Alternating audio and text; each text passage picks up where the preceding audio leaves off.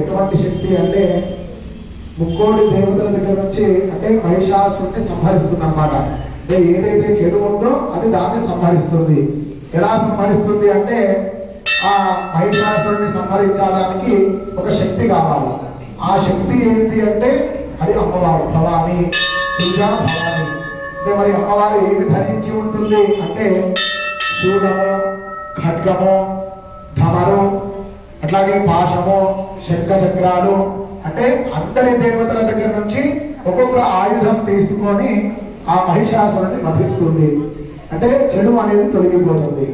అప్పుడు ఏం కలుగుతుంది అంటే లోక కళ్యాణము, అంటే లోకంలో ఉన్న ప్రజలందరికీ కూడా ఏం కావాలో అది మనకు అమ్మవారు ఇచ్చి తీరుతుంది.